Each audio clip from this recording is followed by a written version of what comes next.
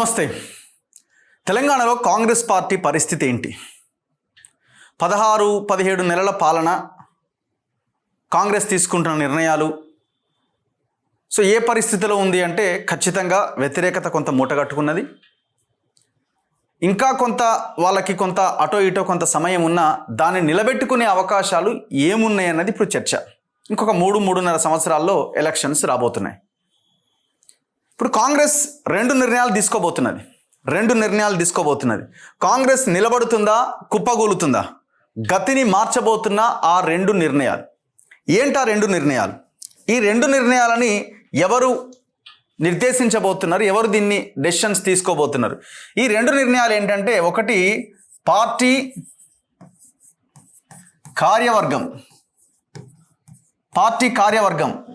పార్టీలో ఉన్నటువంటి అన్ని రకాల పార్టీ పదవులు, ముఖ్యంగా వర్కింగ్ ప్రెసిడెంట్స్ దగ్గర నుంచి, మహిళా ప్రెసిడెంట్ దగ్గర నుంచి, డిసిసి అధ్యక్షుల దగ్గర నుంచి మొత్తం ఈ కార్యవర్గ కూర్పు ఏదైతే ఉందో ఇది కాంగ్రెస్ పార్టీని నిలబెడుతుందా, కుప్పకూలుస్తుందా అనే దాన్ని డిసైడ్ చేయబోతున్నది. ఇక రెండో అంశం మంత్రివర్గ విస్తరణ.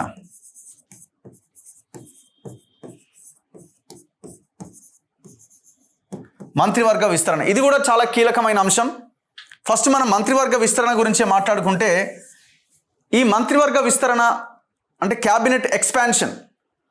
ఈ రాష్ట్రంలో 119 ఎమ్మెల్యేలకు గాను అధికారంలోకి వచ్చిన పార్టీ, ముఖ్యమంత్రి టీం, ముఖ్యమంత్రితో సహా 18 మంది ఉండడానికి అవకాశం ఉంది. ఇప్పటికే ముఖ్యమంత్రితో సహా 12 మంది మంత్రులుగా వాళ్ళ పోర్ట్ఫోలియోలు వాళ్ళు నిర్వహిస్తున్నారు. ఇంకా 6 మంత్రులు పెండింగ్లో ఉన్నాయి. అయితే క్యాబినెట్ ఎక్స్పాన్షన్ అంటే కేవలం ఈ 6 పదవులని భర్తీ చేసే అవకాశం ఉంది. కానీ కాంగ్రెస్ పార్టీ ఆలోచన, కాంగ్రెస్ హైకమాండ్ ఆలోచన క్యాబినెట్ ఎక్స్పాన్షన్ కాదు, క్యాబినెట్ని మొత్తం రీఆర్గనైజ్ చేసే అవకాశం ఉన్నట్టుగా కనబడతా ఉన్నది. అంటే మొత్తం అందరు మంత్రులకు సంబంధించిన శాఖలు అటు ఇటు కాబోతున్నాయి. ఒకరిద్దరు మంత్రుల పదవులు పోయి కొత్త వాళ్ళు అందులోకి ఎంటర్ అయ్యే అవకాశం ఉన్నట్టుగా వార్తలు వస్తున్నాయి. లేటెస్ట్ అప్డేట్ ఏంటంటే, కేసీ వేణుగోపాల్తో నిన్న రేవంత్ రెడ్డి అండ్ మహేష్ కుమార్ గౌడ్ పిసిసి అధ్యక్షుడు భేటీ అయ్యారు. ఇవాళ మళ్ళీ భేటీ అయినట్టున్నారు. అండ్ జస్ట్ ఇంతకుముందే పిసిసి అధ్యక్షుడికి రాహుల్ గాంధీ నుంచి ఆఫీస్ నుంచి కాల్ వచ్చింది, ఆయన కూడా భేటీ అవ్వడం జరిగింది. మరి దేని గురించి మాట్లాడారు అంటే, ఆయన వేరే ఏదో జై పాపు జై సంవిధానం అనే దాని మీద డిస్కస్ చేసినామని చెప్తున్నారు. కానీ అది కాకుండా ఉంటుంది, అదొక భాగం అయినప్పటికీ మేజర్గా ఈ పార్టీ కార్యవర్గము మంత్రివర్గ విస్తరణ అన్న అంశమే చర్చకు వచ్చి ఉంటుంది. బట్ దాన్ని వాళ్ళు ఓపెన్గా బయటికి చెప్పట్లేదు. మరి ముఖ్యమంత్రి అయితే కలవలేదు, ఆయన అక్కడే ఉన్నాడు. మరి ఎందుకు ముఖ్యమంత్రికి పిలుపు రాలేదు? ఆయన వేరే పనిలో ఉన్నాడా, లేకపోతే పిలవలేదా? ఎందుకు ముఖ్యమంత్రి కలవలేదు అన్నది క్వశ్చన్ మార్క్. అది రేపు మనకు క్లారిటీ వస్తుంది. ఇప్పుడు ముఖ్యమంత్రి తిరిగి రాబోతున్నారు వీళ్ళందరూ కూడా. రాహుల్ గాంధీతో పిసిసి మీటింగ్ కూడా అయిపోయింది. ఓవరాల్గా మనకు తెలుస్తున్న సోర్స్ ప్రకారంగా ఈ 6 మంత్రులతోనే ఈ క్యాబినెట్ ఎక్స్పాన్షన్ జరగబోతున్నదా, విస్తరణ లేదు రీఆర్గనైజ్ చేయబోతున్నారా అంటే మొత్తం మంత్రివర్గాన్ని మొత్తం మార్చబోతున్నారట.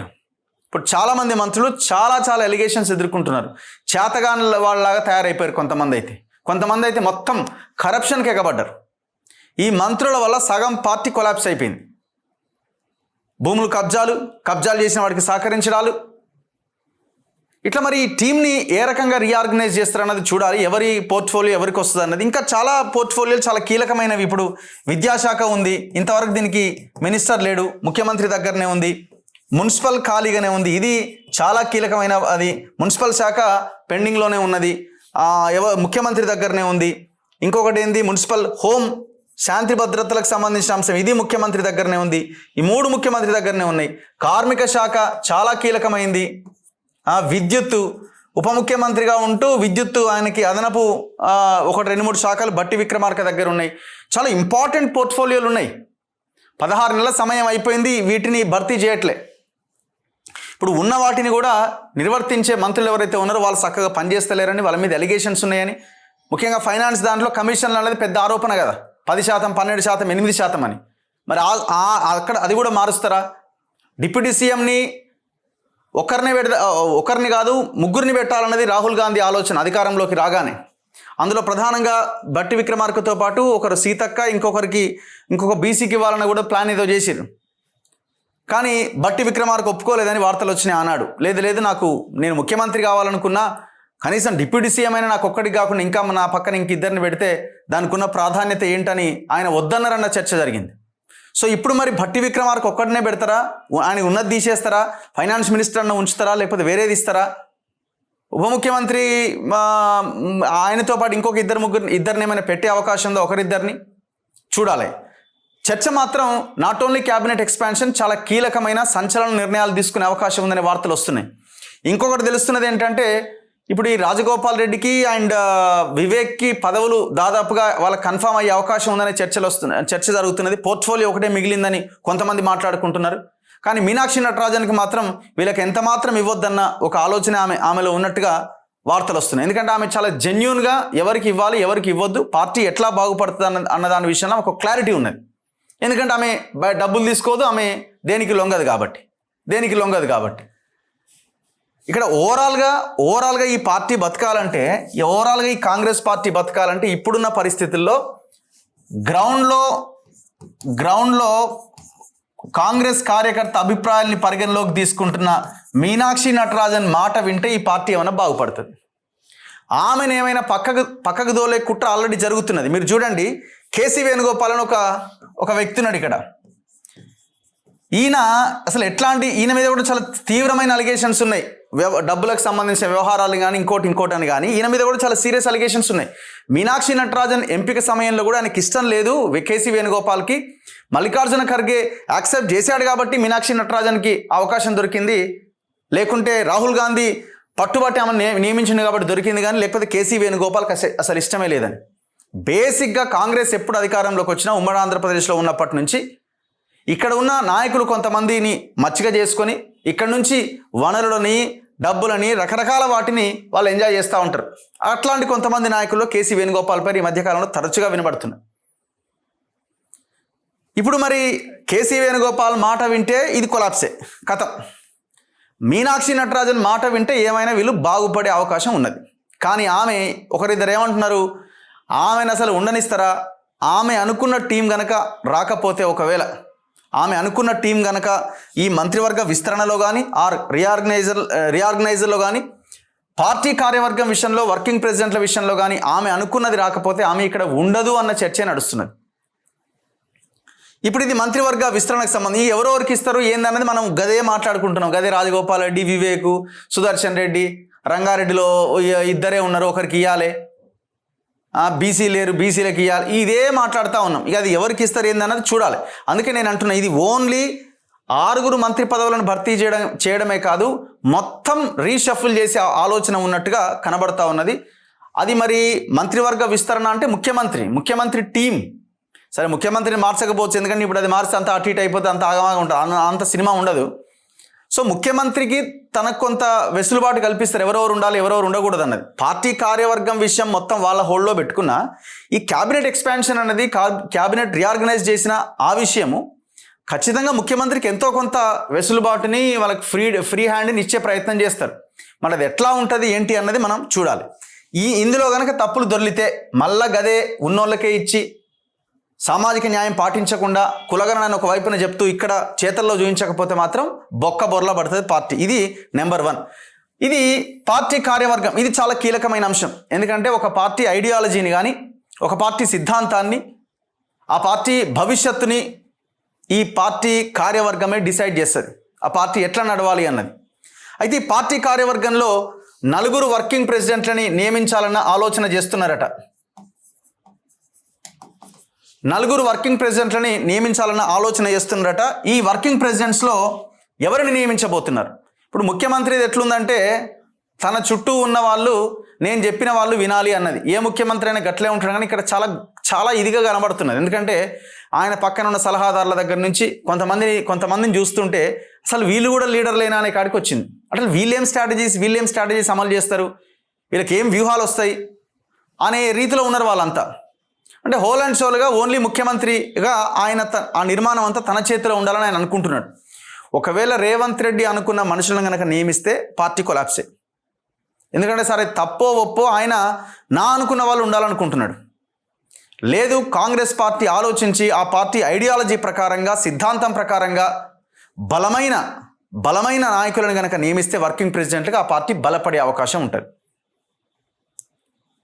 ఇప్పుడు మీరు ఈ పేర్లు కొంతమంది వినిపిస్తున్నాయి. ఇప్పుడు వర్కింగ్ ప్రెసిడెంట్లుగా ఎవరెవరు అన్న దాంట్లో కొంత జాబితా ఒకటి వినిపిస్తుంది. ఒకటి ఎవరైనా రోహిన్ రెడ్డి పేరు వినిపిస్తుంది.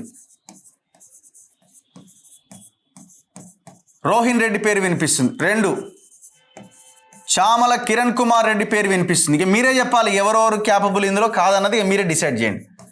చామల కిరణ్ కుమార్ రెడ్డి పేరు వినిపిస్తుంది. నెక్స్ట్ 3వది సంపత్, ఆయన ఏఐసి సెక్రటరీ అనుకుంటా కదా, ఆలంపూర్ నియోజకవర్గం నుంచి పోటీ చేసి ఓడిపోయింది. సంపత్ గారి పేరు వినబడుతున్నది.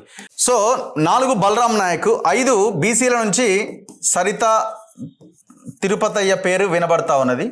ఆమె మొన్న గద్వాల నుంచి పోటీ చేసి ఓడిపోయింది కదా. Next 6th one Beerla Ailayya పేరు కూడా వినబడుతున్నది. ఇంకా దళిత సామాజిక వర్గం నుంచి ఆయన విప్గా ఉన్న అడ్లూరి లక్ష్మణ్ కూడా ప్రయత్నం చేస్తున్నారు. సో ఇట్లా ఒక లిస్ట్ ఉన్నది. ఇప్పుడు మీనాక్షి నటరాజన్ కొంతమంది పేర్లను ప్రధానంగా ప్రస్తావిస్తున్నారు. ఆమె ప్రస్తావిస్తున్న దాంట్లో బెల్లయ్య నాయక్ పేరు ఉన్నది.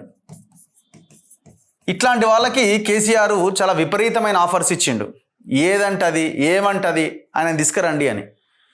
ఆదివాసీ ఈ లంబాడీ సామాజిక వర్గాల్లో, ఈ గిరిజన సామాజిక వర్గాల్లో ఆయన దేశమంతా తిరిగి ఏఐసిసి ఆదివాసీ ఉపాధ్యక్ష పదవిలో ఉండి ఆయన దేశమంతా రాహుల్ గాంధీతో జోడో యాత్ర చేసి ఆ పార్టీని కాపాడే ప్రయత్నం చేస్తున్నారు. ఒక రకంగా చెప్పాలంటే బెల్లయ్య నాయక్ ఉన్నటువంటి సబ్జెక్టు ఏ కాంగ్రెస్ లీడర్ ఆయనలాగా మాట్లాడుతారో ఒక మాట చెప్పమానండి, బస్ అంత ఇంకేం అక్కర్లేదు. బెల్లయ్య నాయక్ ఉన్న సబ్జెక్ట్, బెల్లయ్య నాయక్ ఉన్న తెలంగాణ ఫేసు, మూమెంట్లో ఆయన పాల్గొన్న తీరు, తుపాకీ తూటాలకు ఎదురొడ్డి ఒక రకంగా చెప్పాలంటే ఈ పార్టీకి ఆయన ఎప్పుడో ఖతం అయిపోవాలా. అలాంటి వ్యక్తులు పార్టీ కోసం కష్టపడితే ఆయనకి ఇచ్చిన పదవేంది ట్రైకార్ చైర్మన్.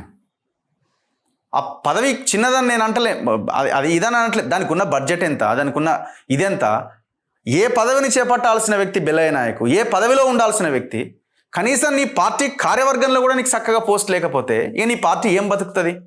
నీ పార్టీ ఐడియాలజీ ఉన్నాడు కదా నీ పార్టీని కాపాడేది, తెలంగాణ ఫేస్ ఉన్నాడు కదా నీ పార్టీని కాపాడేది. ఇట్లాంటి వాళ్ళు గట్టిగా మాట్లాడతారు కదా, అమ్మో అట్లుండొద్దే, అట్టెట్లుంటారు, మాకు డమ్మీలు కావాలా, మాకు బానిసలు కావాలా, మేము ఏం చెప్తే అది చేయాలా, పార్టీని కాపాడేటోడు వద్దు మాకు. సో పార్టీని కాపాడేటోడిని పక్కన పెట్టేస్తున్నారు. ఈ పార్టీకి ఎప్పుడో పదవి రావాలా, గవర్నమెంట్లో ఉండాలా, పరిపాలనలో భాగస్వాముడై ఉండాలా. ఇలాంటి నిఖార్సైన నాయకులని కార్యకర్తలని పక్కన పెట్టేస్తుంది పార్టీ.